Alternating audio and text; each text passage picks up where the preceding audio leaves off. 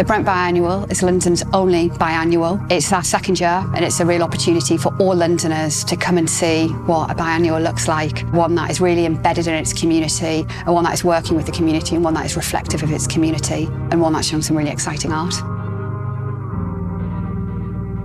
The second edition of the Brent Biennial is titled In the House of My Love, and it brings together a group of artists and community groups whose work in various ways propose strategies for homemaking within the context of hostile environments. And when we say hostile environment, we're referring to two things specifically. On the one hand, we're reflecting on 10 years since the implementation of the hostile environment policy, a piece of legislation that was conceived by the Conservative and Liberal Democrat governments in 2012. To make the UK a literal hostile place for so-called illegal immigrants, but also a piece of legislation that has affected maybe migrant communities in the UK since then.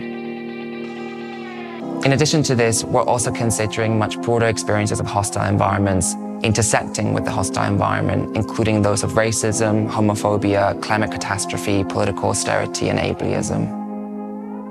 In the House of My Love imagines the ways that individuals and communities resist and survive these hostile environments through gestures of making home. And when we say home, we don't just mean brick and mortar, physical homes, but also immaterial, affective ways of making home.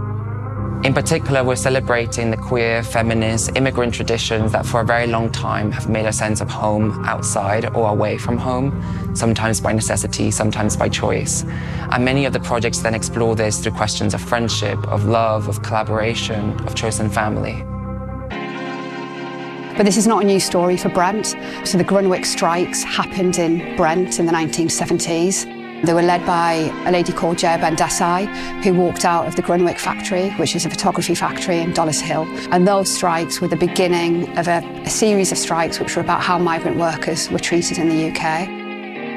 I hope for people in the borough, they look at the biannual and feel really proud of the communities and how communities have organised and supported each other, and feel proud to see people from the community showing their artwork and also featured in the artwork.